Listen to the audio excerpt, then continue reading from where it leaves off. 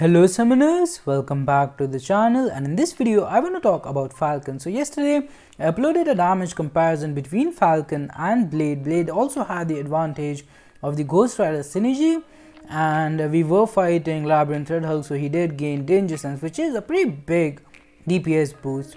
And when Blade was released back in the day, he used to be one of the best, if not the best, DPS characters when he had Danger Sense. So the fact that Falcon can compete with that, and it was really close in the end. If you want to check that video out, the link will be added here, I think, if I remember. So yeah, coming back to this video, like, his damage output compared to the top characters now is not as good, like compared to Corvus or Ghost, but it's still respectable, especially in longer fights and stuff like Labyrinth or Abyss even, where there is a chance of evade because you gain these cruelties really quickly, and as a result you do more damage. Now here we are going to use him in Act 6, and this lane has Spry, I think, and some other nodes as well, a lot of evaders on this path, and you're going to see we are going to build up some cruelties, and the DPS is pretty solid, like 11,000 medium out of 565 character. That is really good considering the utility he brings, and I would highly recommend you guys to check out Man's channel, and he recently did a video called Everything That Falcon Can Ignore, and I do have it open here because we are going to talk about it, because it is a 12-minute video and I will eventually run out of stuff to talk about. So later on we're going to talk about his utility and stuff, all the stuff that he can shut down. Basically, when you start the fight, you can dash back and hold your block and basically lock down the opponent's all his abilities. So here we are gaining a lot of cruelty, if you notice. The reason for that is because otherwise Spider-Man would have evaded. He did have the evade charge there, and usually, like, when you play against him, the first few hits he will evade, and then that will go on a cooldown. It will reactivate on the SP1, I think.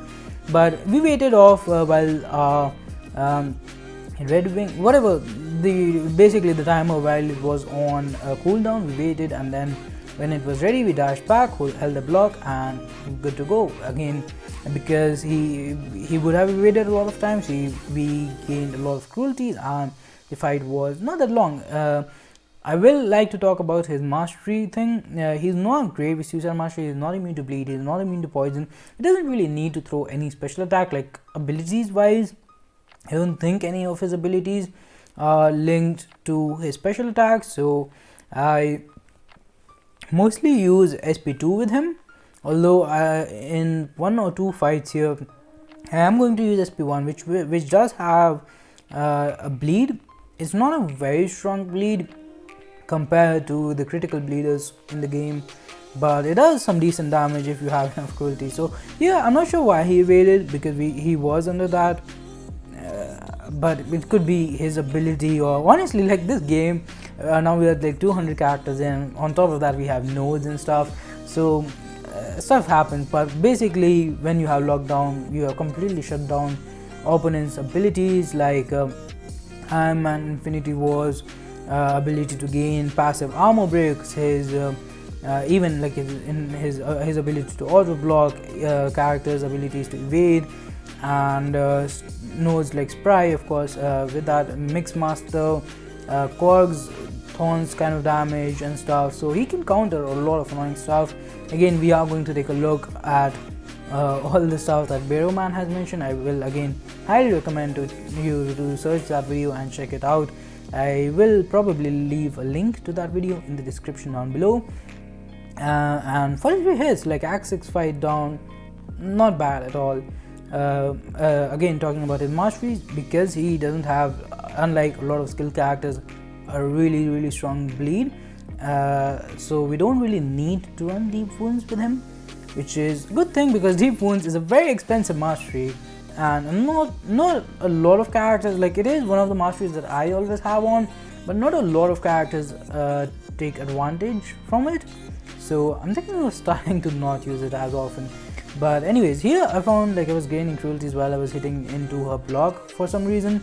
It could be because if Quake is awakened, she reflects damage back, and here she was not doing that, so that is why we're gaining cruelty. I think that's it.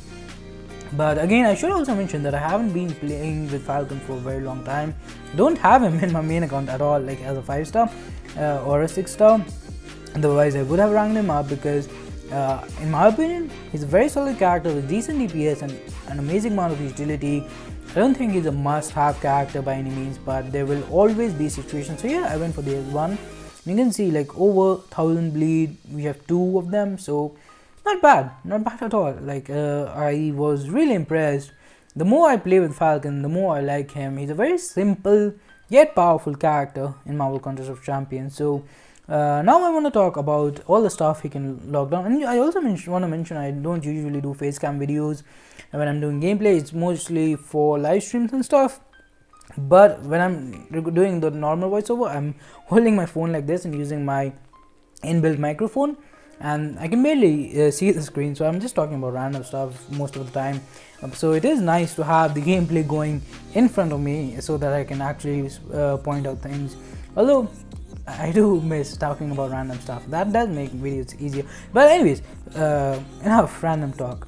So we're talking about Bear Man's video and all the stuff that Falcon can know. So first he talks about again Iron Man Infinity War, then he talks about Guillotine 2099. So she doesn't get invisible, which is a pretty annoying thing, especially like in Alliance War. I have seen her placed in some stun immune fights where she goes invisible, and if you don't pay attention, that could be pretty annoying. And she's also flow defender, I think, although flow is no longer a defensive tactic, I guess.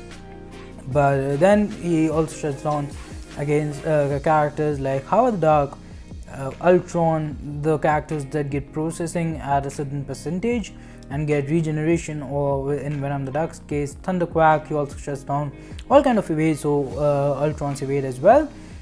And then Wolverine's, what does he shut down? Wolverine cannot trigger regeneration, so that is a pretty big one, because there are. So I assume that X-23 will also not be able to trigger regeneration, and there is a pretty annoying X-23 in Labyrinth of Legends. I haven't even done Labyrinth exploration yet, because honestly the rewards, they don't really seem worth it.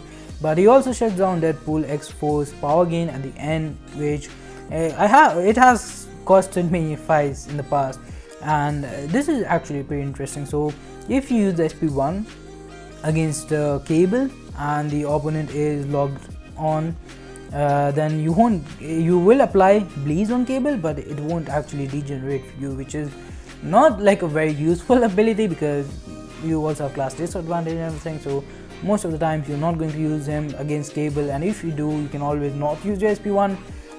But yeah, and he can also shut down Indestructible at 1% for characters like Punisher or Hela.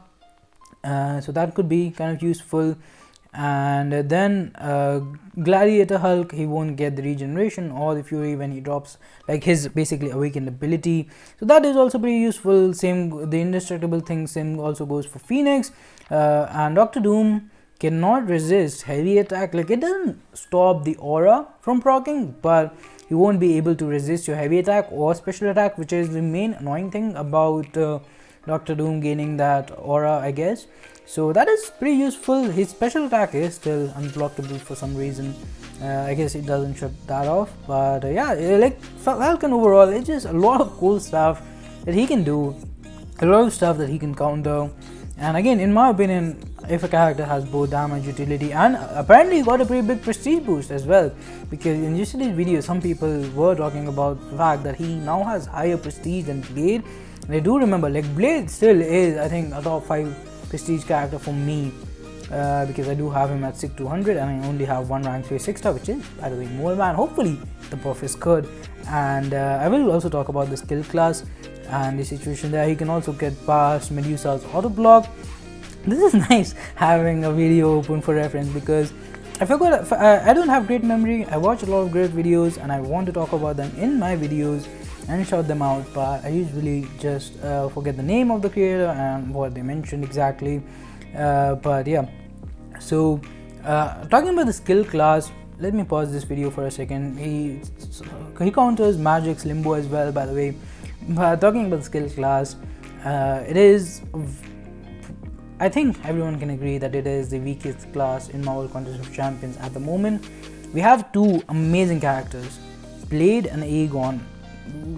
But after that there is a pretty big gap, if you ask me. Like Blade, Aegon, and then you have Falcon, you have Blade, Elsa Bloodstone, Stealth Spider-Man, and I think those are your top 5, top 6 characters in the skill class. So they're all pretty good, but there is a pretty big gap after Blade and Aegon. Unlike other classes where, like, compared to Mutant, even in top 10 list, they are just there are characters outside of top 10 list which are just amazing, like White Magneto for example. And I think hopefully with the Mole Man and Kingpin buff, both those characters can compete with the top 5 spots, so it's a little bit more competitive in the skill class. But now again, there are out of topics to talk about. Let me go back to this video and let me tell you all the other stuff. Just down, Nova cannot auto block, like otherwise when Nova has a Fury up and you dash at him, he will auto block you. That is why it's a very common placement on the ebb and flow intercept node, which is the fight that I take a lot. And I use Dr. Doom. You can nullify the Fury and also get past that way. Black Panther, Civil War, he doesn't gain armor ups, and even if he did, for somehow I imagine he wouldn't be able to auto block. So this is actually going to be the last fight, so let me shut down this video. But again, check it out, it's amazing. And the fact that this guy can shut down so many annoying defenders is the most important thing about Falcon. So yeah, it is one of the must watch videos of Marvel Contest of Champions if you are a Falcon user, in my opinion. So yeah, now coming back to the final fight, this is actually a different quest. That one was over, but I did record this previously and it was pretty impressive, so I wanted to include it. But that is basically going to do it for this one. Thanks for watching. Like this video, share with your alliance, subscribe to the channel if you haven't already. Thank you for 3,000 subscribers. It means a lot to me, big accomplishment for the channel, and I will see you guys in the next one. Thanks for watching. Bye bye, stay safe.